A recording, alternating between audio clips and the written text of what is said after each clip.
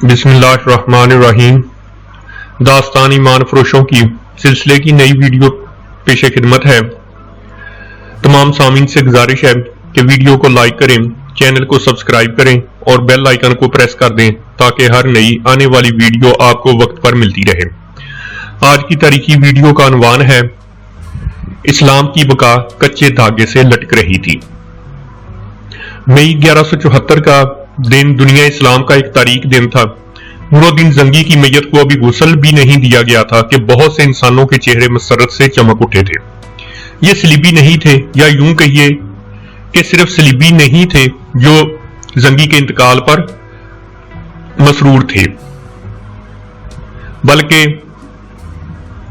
इनमें मुसलमान भी थे जो सलीबियों की निस्बत कुछ ज्यादा ही खुश थे। ये मुसलमान रियासतों और जागीरदारों के उमरा और हाकम थे। वो सब जंगी के घर जमा हो गए थे। वो जनाजे के लिए आए थे। उनमें से बाज बेचैन थे जैसे जंगी के इंतकाल से गमजदा हों, मगर बेचैनी ये थी कि वो जंगी को शाम से पहले पहले दफन कर देना चाहते थे।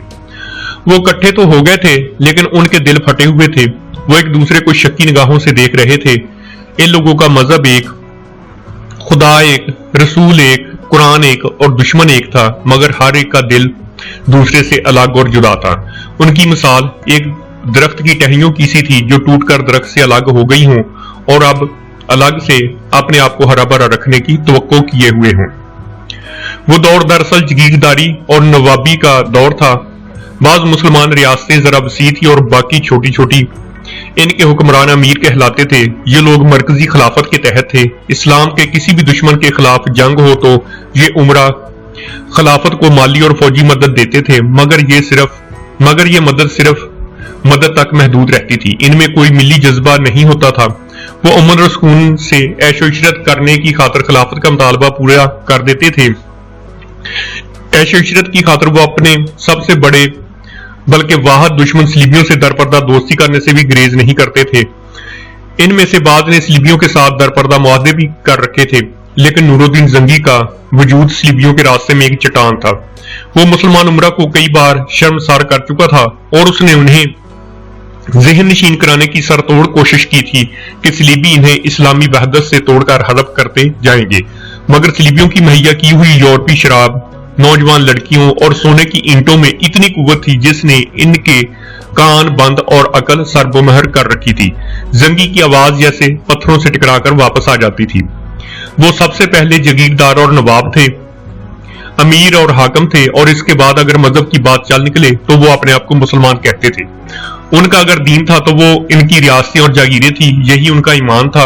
वो इस्लामी वहदत के कायल नहीं थे, जंग के सख्त खिलाफ थे, क्योंकि इन्हें खतरा महसूस होने लगता था कि सलीबी इनकी जागीरों पर कब्जा कर लेंगे। इसके अलावा उनके दिलों में यह भी डर था कि इनकी राया ने अपने दुश्मन को पहचान लिया तो इसमें रूहानी बेदारी और कौमी वकार पैदा हो जाएगा। फिर राया इनकी नवाबी के लिए खतरा बन जाएगी। हकीकत यह थी कि राया उनके लिए मुश्किल खतरा थी। लोगों में कौमी वकार मौजूद था। जंगी की फौज इन्हीं लोगों की फौज थी। इसके मुजाहिदों ने 10 गुना दुश्मन का मुकाबला भी किया था। यह जज्बे का करिश्मा था।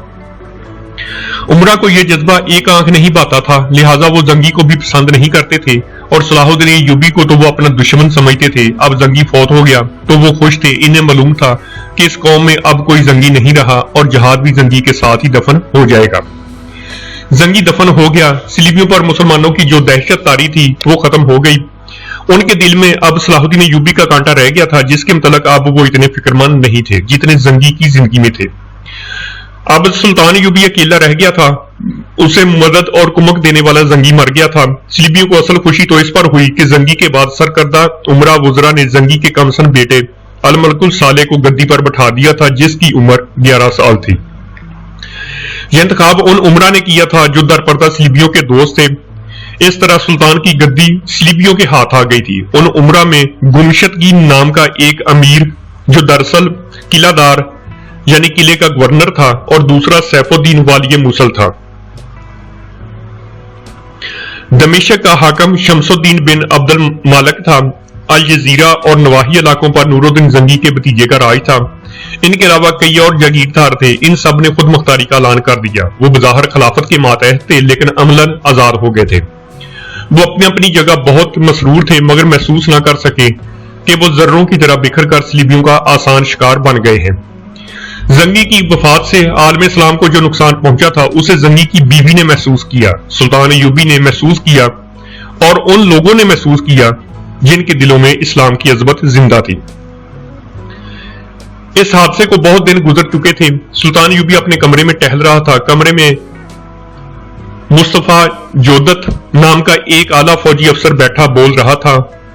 मुस्तफा तुर्क था, वो नूरुद्दीन जंगी की फौज में मंजनीकों का कमांडर था। जंगी की वफात के बाद उसने आलम इस्लाम में जो तबाहकुन इनकलाब देखा उसने उसे तड़पा दिया। उसने ये कहकर लंबी छुट्टी ले ली कि उसे तुर्की गए कई साल गुजर गए हैं, लिहाजा वो तुर्की अपने घर जाना चाहता है। वो दमिश्क से रवाना हुआ, काहरा पहुंच गया और सुल्तान अय्यूबी के पास चला गया। मुस्तफा उन फौजी अफसरों में से था जो अफसर कम और मुसलमान ज्यादा होते थे। उसे मालूम था कि जंगी के बाद सिर्फ सुल्तान अय्यूबी है जो अजमत इस्लाम की पासबानी कर सकता है और करेगा। उसे डर था कि सुल्तान अय्यूबी को इस तरफ के हालात का इल्म नहीं होगा, चुनांचे वो सुल्तान अय्यूबी को वहां के हालात बता रहा था और फौज के साल में है। सुल्तान अय्यूबी ने उससे पूछा, मोहतरम जंगी, मरहूम ने फौज में जो जज्बा पैदा किया था वो जिंदा है। मुस्तफा ने जवाब दिया, मगर ये जज्बा ज्यादा देर जिंदा नहीं रह सकेगा। आप जानते हैं कि सलीबियों के सलाब को सिर्फ फौज ने रोक रखा है। मोहतरम जंगी मरहूम की जिंदगी में अमलन फौज हुकूमत कर रही थी। जंगी मंसूबे और फैसले फौज के हाथ में थे, लेकिन ये इकदाम खिलाफत के अहकाम के खिलाफ था। अब हम खिलाफत के पाबंद हो गए हैं।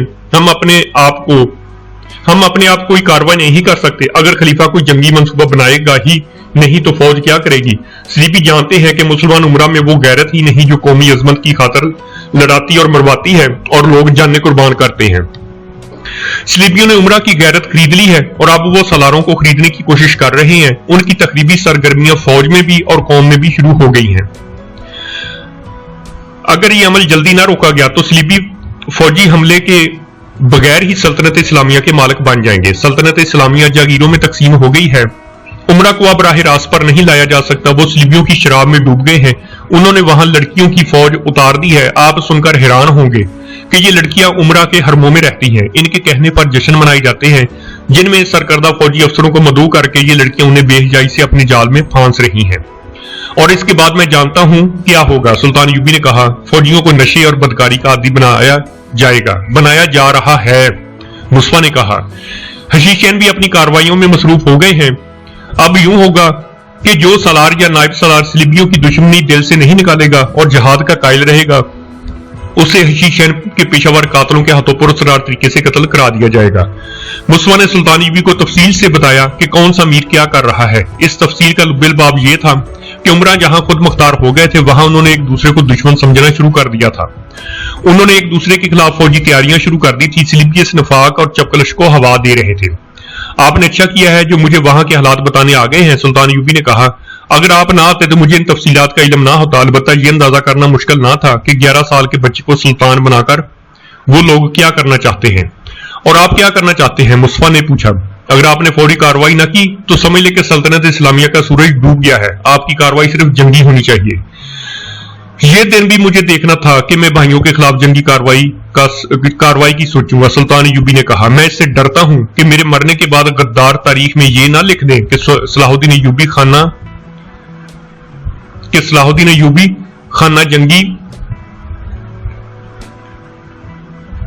जंगी का मुजरम था। अगर आप इस डर से काहरा में बैठे रहे तो तारीख आप पर यह शर्मनाक इल्जाम आयद करेगी कि नूरुद्दीन जंगी मर गया था तो सुल्तान सलाहुद्दीन अय्यूबी का भी दम निकल गया था। उसने मिस्र पर अपनी गिरफ्त मजबूत रखने के लिए सल्तनत इस्लामिया को कुर्बान कर दिया था। हाँ, सुल्तान अय्यूबी ने कहा, यह इल्जाम ज्यादा शर्मनाक होगा। मैं हर पहलू पर गौर कर चुका हूं। मुस्तफा, अगर मैं जिहाद फी सबिलिल्लाह के लिए निकलता हूं तो मैं ये नहीं देखूंगा कि मेरे घोड़े तले कौन रोंदा जाता है। मेरी निगाह में वो कलमा गो कुफार से बदतर है जो काफर को दोस्त समझता है। आप वापस चले जाएं। मैंने अली बिन सुफियान को वहां भेज रखा है, लेकिन याद रखना कि वो जासूसों के भेस में गया है।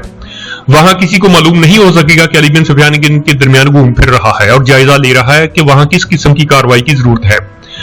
आप जाकर ये देखें कि कौन कौन सा सलार मशकूक है। अली बिन सुफियान के साथ बहुत से आदमी गए हैं। वो जानते हैं कि उन्हें वहां क्या करना है। اس کے ساتھ ہی میں نے تمام عمرہ کی طرف اس پیغام کے ساتھ ایلچی بھیجے ہیں کہ عمرہ ان حالات میں جبکہ صلیبی ان کے سر پر بیٹھے ہیں ایک محاذ پر مورچہ بند ہو جائے اور آپس کے اختلافات مٹانے کی کوشش کریں۔ مجھے امید نہیں کہ وہ پیغام کو سمجھنے کی کوشش کریں گے، لیکن میں انہیں صرف ایک بار بتا دینا چاہتا ہوں کہ سیدھا راستہ کون سا ہے۔ میں انہیں یہ نہیں بتاؤں گا کہ انہوں نے میرے کہنے پر عمل نہ کیا تو میں کیا کروں گا۔ مصطفیٰ جودت کو رخصت کر کے سلطان ایوبی اپنے دربان کو چند ایک سالاروں نے انتظامیہ کے حکام کے نام لے کر کہا کہ انہیں بہت جلدی اس کے پاس بھیجا جائے۔ یہ اس کی ہائی کمانڈ تھی جسے اس نے بلایا تھا۔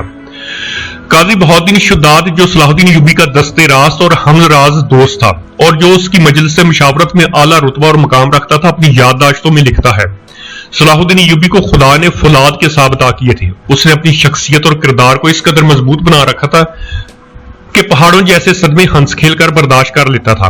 عزم کا ضدی اور مشکل مزاج تھا۔ امیر ہو یا غلام، وہ ہر کسی کا یکساں احترام کرتا تھا۔ البتہ کسی کو دوسروں سے ممتاز سمجھتا تو صرف بہادری اور شجاعت کی بنا پر سمجھتا تھا۔